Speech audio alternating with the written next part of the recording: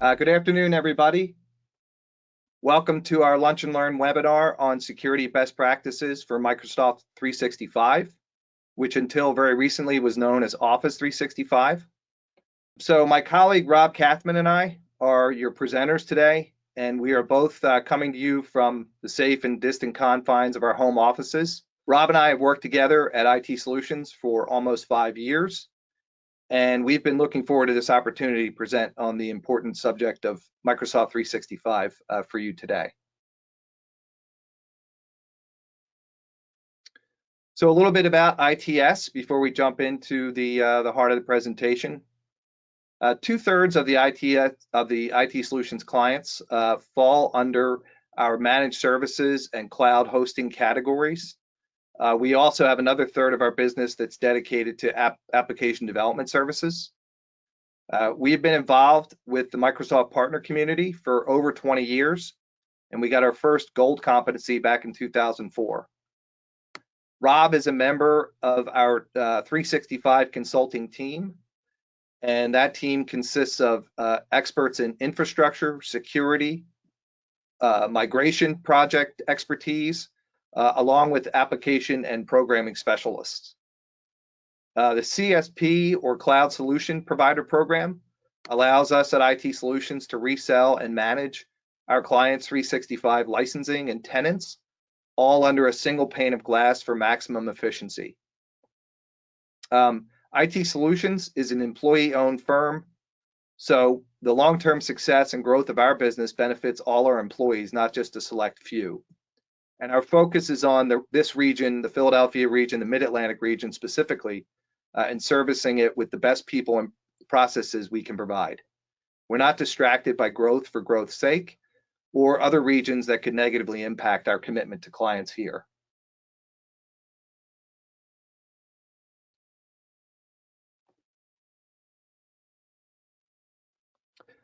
Wow, what a different world we're living in since we started planning this webinar a couple of months ago. Our purpose back then was showing the benefits of 365 could bring for collaboration, regardless of where someone was working, recognizing the strong need for staying productive in the office as well as away from it. Then almost overnight, we went from a world where remote work was a sometimes thing for some employees to an always thing for all employees. Coincidentally, I think today's topic couldn't be more timely. Now more than ever, the way we work is changing. Even before the current crisis, most modern office workers were learning to adapt to a new normal. That is, we need the flexibility to be able to work whenever, from wherever, and have the same capabilities as if we're in the office. Because of the physical separation, ease of communication and collaboration is more important than ever before. Tailoring the most efficient way to work together is an inherent need for most businesses today. But with increased flexibility and more distributed workforces, the potential for security breaches has risen significantly. So we need to be extra vigilant about security policies and processes, monitoring, and education of our staff. So when we look at current remote work digital challenges and opportunities, we wanted to point out that in the first couple of weeks of the shutdown back in March, we saw a ticket increase of over 200% for trying to get clients and their users up and running from a work from home situation. So that was certainly a challenge, but we were able to work through it and get clients productive in a very fast and efficient manner. Other security risks that we've seen in the recent months and have been rush deployments of 365, which can create huge security risks. And a number of the things that we're going to talk about today will help with anybody that is going to be planning a deployment, so that you keep these things in mind before you even start. Fortunately, we did not have these issues. We've been doing 365 work for a number of years, but we have heard, among competition and other companies, out there doing this themselves, some of the mistakes that they made. So it's important to point out planning things in advance. Obviously, we're seeing more people using more personal devices, home networks, home Wi-Fi, you know, a children's computer, a spouse's computer. So big red flags. We obviously want everyone, wherever possible, in a work from home environment to be able to work on a business class equipment or business class workstation, certainly. But that's not always available. People need to make concessions in certain cases. So we ask for people to really be vigilant about making sure the security of all devices is up to speed. And if you have IT support at your disposal, you know, to check with them to make sure you know, specifications for security are being met. One of the big concerns we've seen is the rise in phishing attacks around messaging that is healthcare and government related. People are on edge. They're seeing a lot of notification around things around the CARES Act, the PPP, loan information, you know, messages about COVID and coronavirus.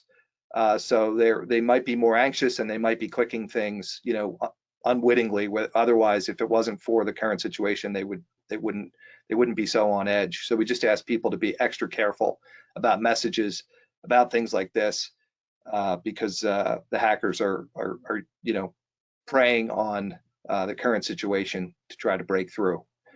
One good thing we've seen is the rise of the use of Teams. As of May 1st, went up to 75 million daily active users.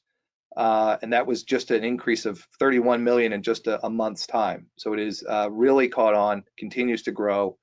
Microsoft is continuing to do good things around security and enhancing the usability of it.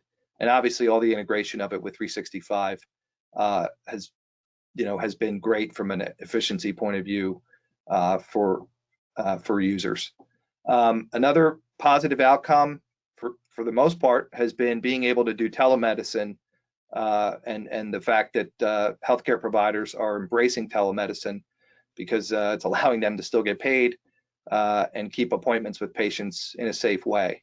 So we're seeing a lot more around booking apps for you know, going in for doctor visits and for hospital visits, as well as patient video conferencing.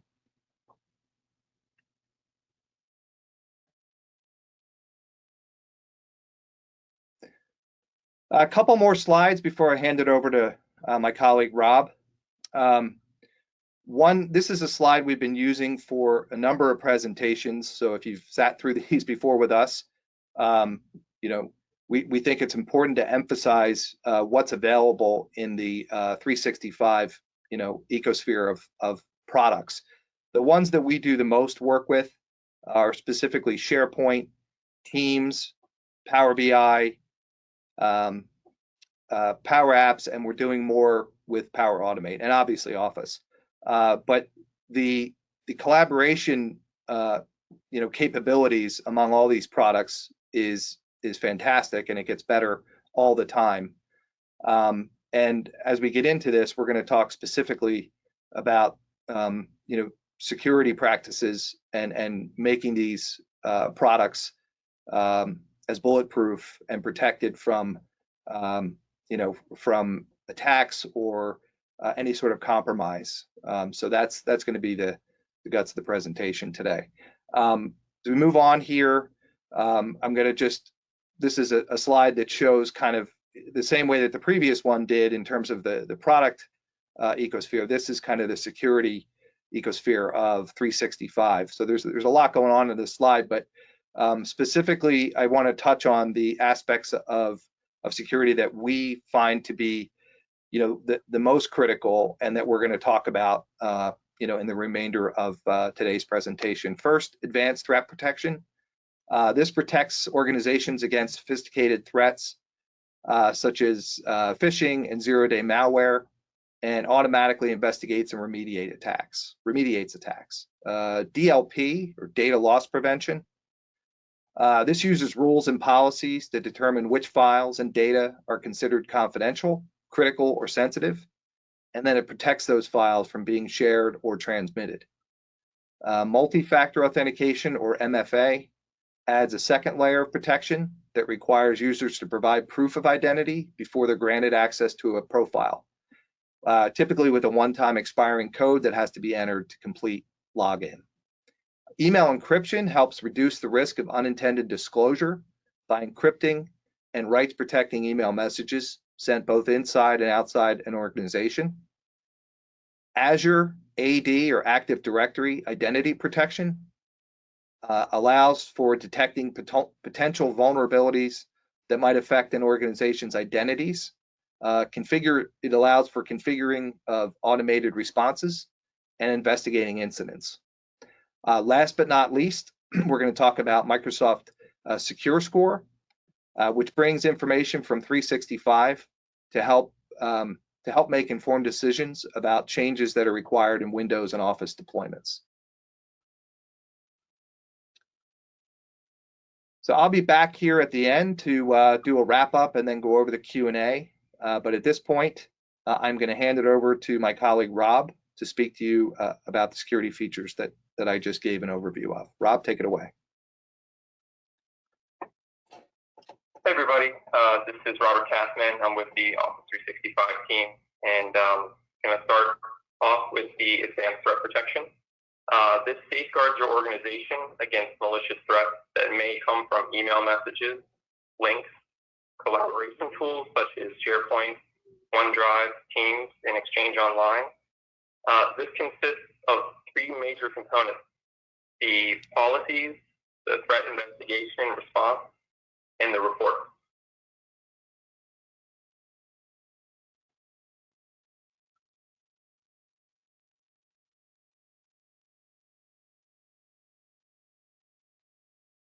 For ATP policies, you have the safe attachment, which provides zero-day protection against unsafe and malicious attachments. This includes new and old data. Safe links. This scans every link with the link that is when clicked to ensure the link is not malicious. And now, ATP is a part of SharePoint, OneDrive, and Teams, in addition to the email that it always has been. This policy allows you to extend protection to these services. It helps identify and block malicious files from team sites and other collaboration mediums to prevent the spread of infection, both internally and externally. Anti-phishing protection detects and blocks phishing attempts such as CEO wire fraud, using machine learning to prevent these messages from being received by your organization in the first place.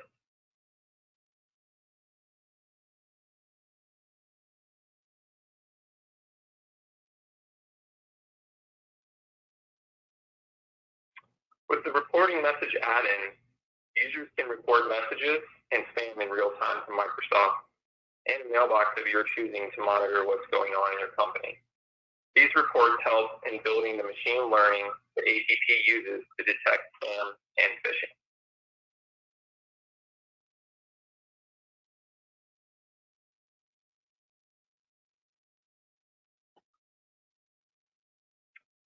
ATP threat investigation and response. This includes some important tools like the threat trackers, threat explorer, attack simulator. Keep in mind that this requires a more advanced plan, such as Advanced Threat Plan Protection 2.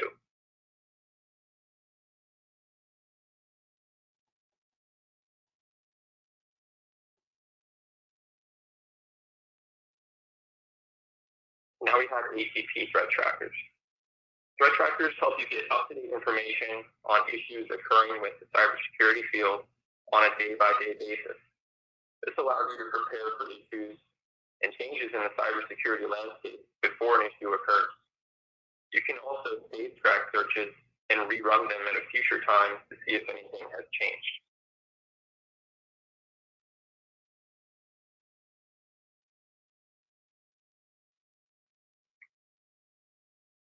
Then you have the ATP Threat Explorer. This lets you break down incidents in your tenant and find out exactly what happened. Did a user click a link in an email that they reported? Did anyone else get the same email? Were any malicious files saved anywhere else in your tenant? The Threat Explorer allows you to dive deep into a threat and determine how it happened and how to prevent it in the future.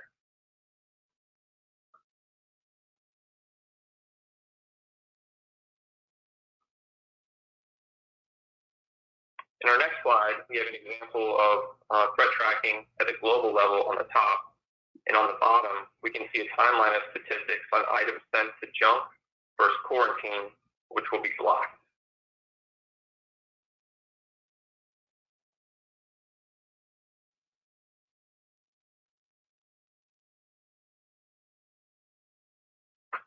And here we can see another example of an email being blocked on the left that contained malware. And we can see on the right a timeline of said email and use similar email tabs to track who else in the company was sent that email.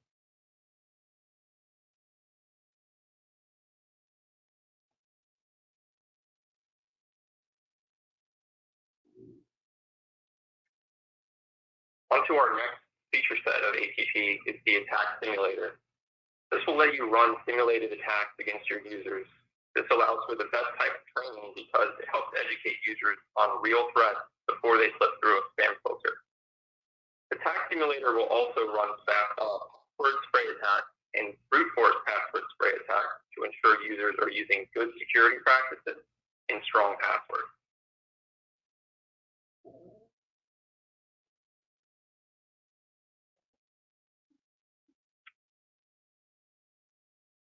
In this attack simulator example, we are creating a fake phishing email to users and asking them to update their payroll details.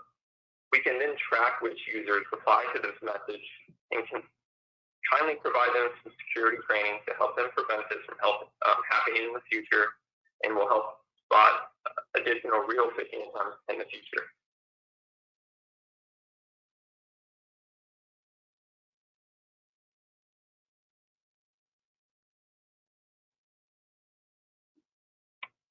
In our next example, we see the attack simulator dashboard. We have spear phishing credential attack, which will simulate an email received by the user and contains a link that looks like a real Office 365 login page, and it's for them to enter their username and password. This is a very common attempt in the real world as well. We also have a spear phishing attachment attack.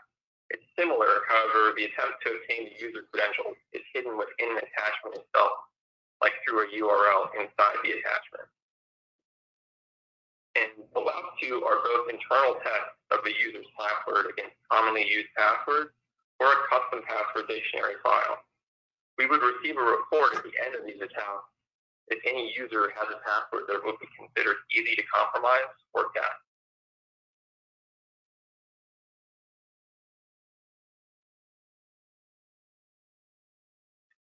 Moving on to ATP reports, they're available in the Security and Compliance Center.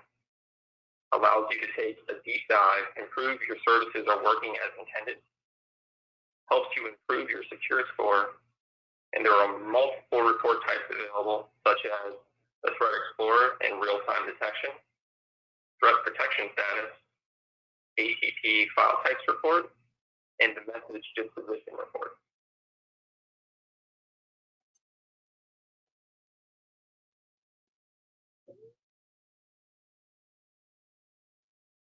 Here we can see examples of reports like the Threat Explorer and real-time detection. This allows you to see malware detected by your Microsoft 365 security features in real time.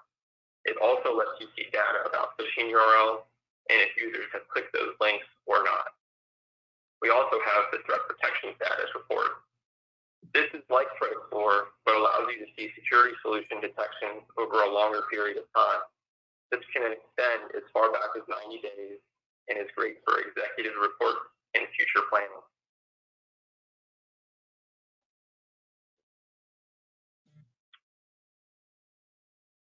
In addition, there are ATP file types reports. This kind of report can be useful in determining exactly what malicious files your users are being hit with daily, and can be used in conjunction with training to improve security outcomes.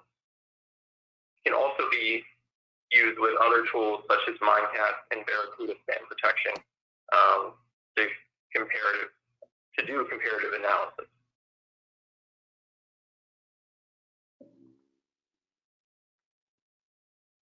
We also have the ATP message disposition report. This allows you to see exactly what was done with your messages, Are malicious messages passing through to your users or only being monitored? This is helpful to prove your security is not only detecting threats, but also acting on them.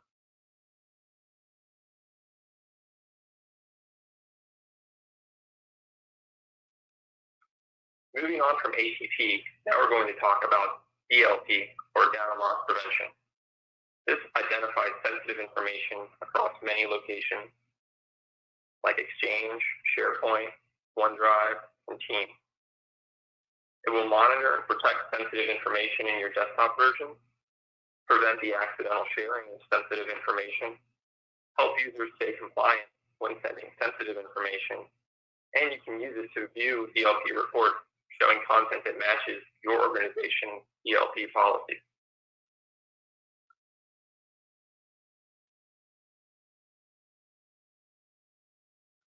DLP contains many pre-built templates on industry sectors and regions, such as financial and medical. It is also far-reaching in terms of global coverage.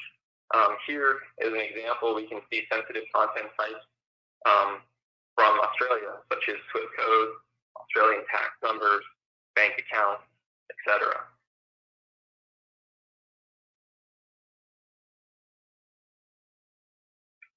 Here in another example, we can see that an end user can't send something because of DLP policies set in the company. On the left, you can see that someone is trying to share an Excel file containing a social security number outside your organization. On the right, a credit card is being prevented from leaving an organization in an email. This will scan the content of the email and the attachment in the email as well. Both have, in this circumstance, stop the content from being shared outside the organization.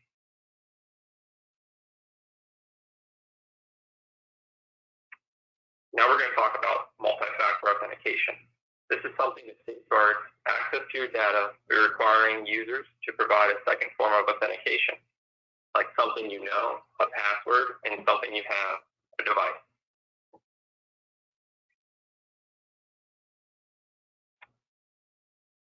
Multi-factor authentication, or MFA, helps safeguard you and access to your data by requiring users to use a second form of authentication in addition to their password. Enabling MFA requires users to authenticate with two of the following: something you know, a password, and something you trust, like a device or phone. MFA is granular and can be configured on a user-by-user basis. Exclusions can be put in place to limit the use of MFA. For example, you may not want users connecting from a specific network to be prompted by MFA for additional authentication. This can also be configured to allow users to not be prompted. However, once they leave the protected network, they will still have to use MFA. I would like to emphasize that MFA is the single most important thing you can do for your organization in terms of 365 security today. It prevents phishing attacks and credential reuse breaches. Even if a user gives away the key to the castle, the hacker cannot access your tenant without additional authentication.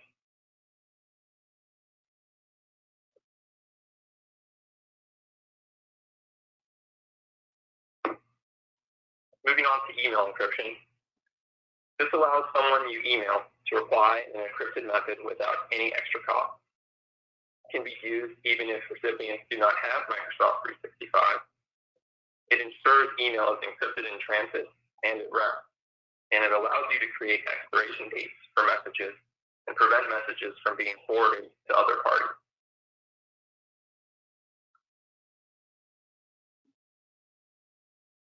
With the Microsoft 365 app for enterprise version of Outlook, encryption is now built in and as easy as clicking the encrypt button within Outlook. Also in our example, we can see what it looks like to receive a message and decrypt it via sign-in or a one-time password. As stated before, this will work with any recipient. You do not need to use Office 365 email to use the encryption or see your messages.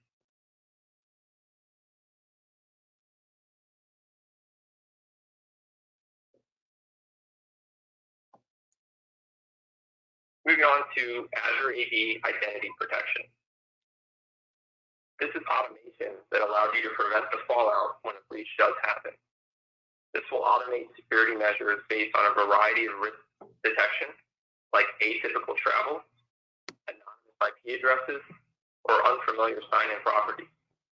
Detections can trigger remediation efforts or be executed manually.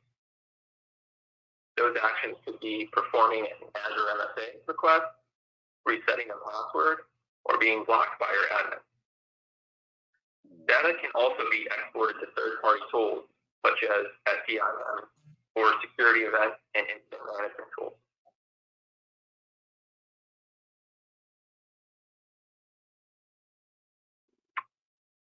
Here we have an example of the risky sign-in log, which gives users more info into the event. You can see the user, the IP that was used, the location that they signed in or attempted to sign in from, what OS or browser they were using. Azure AD Identity Protection uses all this data in real time to make decisions for you and help prevent a breach before it happens.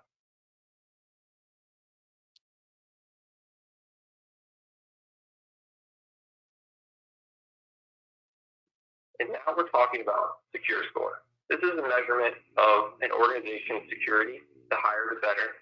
It is a report of the current state of your security posture. It helps improve security posture by providing discoverability, visibility, guidance, and control. Compare with benchmarks and establish key KPIs or key performance indicators. A fluid score, it can change over time depending on actions you take or do not take.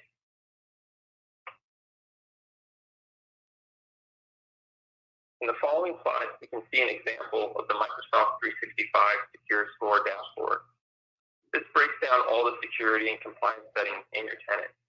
Notably, in the top left, we can see the overall score and the individual sectors that make up that score, such as your identities, your data, devices, secure score dashboard, and reports. In this example on the far right, you can see the improvement actions, which are going to help your secure score and your tenant, and also increase your secure score in the process. It's worth noting that the number one action you can take is turning on MFA for any admin account in your tenant to help safeguard those sensitive accounts against attack.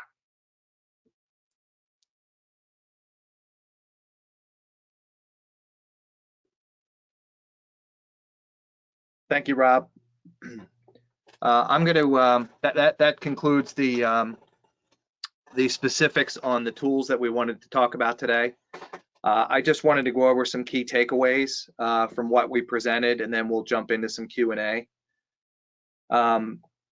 So number one, security is comprehensive across the 365 platform. As we showed early on with the slide that showed, the entire number of features that are available with 365 for security, and then specifically the aspects that Rob gave us details on.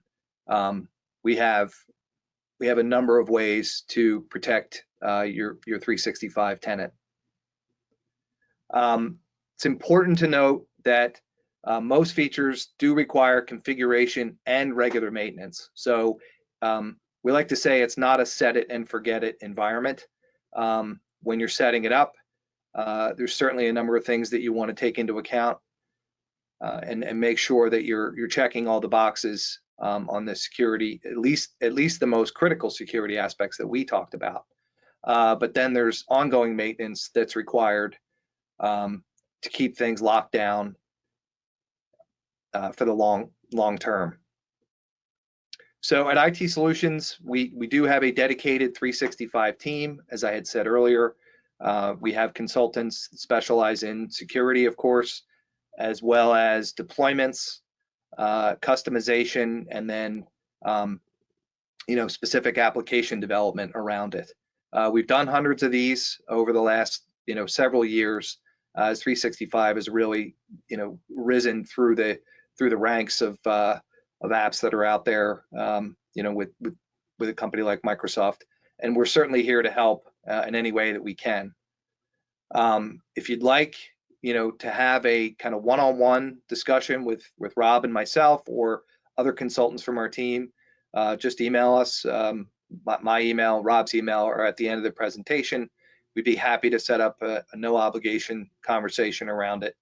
And if it's just, to offer some advice, we're fine doing that. If it winds up helping you do things on your own, that's great. If you would like to engage us in some way, we're certainly open to that potential as well. We do a lot of communications around 365 in addition to things like this. With a webinar, we publish a monthly newsletter, which you can subscribe to on our website or email us and we can add you to the list. We also do more frequent communications via social media, and 365 is usually a topic that we touch on at least once a week. So just keep an eye out for those kinds of notifications, and if you think there's a topic that would be interesting to other organizations, feel free to drop us a line and share the idea, and we will look to have something put together on it and publish it for for others' consumption and use. We have a few questions that we can go over here. I'll ask them and I'll have Rob respond. So Rob, the first one, are the security features that we went over today included in my 365 subscription? Sure. So they vary based on tier, etc., but it depends if it's the business tier or the enterprise tier of licensing. In general, the enterprise tier includes more of these features by default. With the Office 365 E3, you get DLP and email encryption included. ATP can be added as an additional license. It's per user. It can also be bundled in higher tiers like Office 365 E5 or Microsoft New Business Premium. Keep in mind, MFA comes with all these types, and even in a lower email only or SharePoint only scenario. Okay. If I can only apply one feature, which is the most impactful or easiest to implement? I think I said it in the slide, but MFA is by far the most helpful to secure your tenant. It's quite easy to implement. Users will need some training and expectations set prior, but this will protect your accounts from most attacks or phishing attempts, and it's going to help raise your secure score as well. Okay. Can the policies, I guess specifically security policies, can they only apply to a group of users and not, I guess, a select group of users and not everyone in your organization? It definitely varies by feature. I would say that the default policies apply to a whole organization. However, you can create custom policies that would take precedence over the defaults and can be configured per user group. You can pretty much fine-tune the needs of your security versus practicality in terms of your business. Okay. And last one, another one on 2FA. Our company uses a 2FA product, specifically they use Duo. Can we use that for Office 365? Yeah, it's possible. There's a lot of consideration to take, but it typically you have to have a server already and a gateway service to be configured. In addition, directory premium licensing is needed in order to use a third-party 2FA. But there's definitely advantages that if you're already using a 2FA for your on-prem application, workstation, you also want to integrate that functionality into Office 365. It's definitely possible and can be set up. Okay, great. Well, thank you. I think that is it in terms of questions. So we are basically at the end of the presentation today. So we just want to say thanks to everybody for joining us. We hope the information was helpful. Feel free to reach out to myself If you'd like to talk further about 365 security or anything else regarding 365, be happy to jump on a one-on-one call or Teams meeting, of course. And again, thank you, and have a good rest of the day.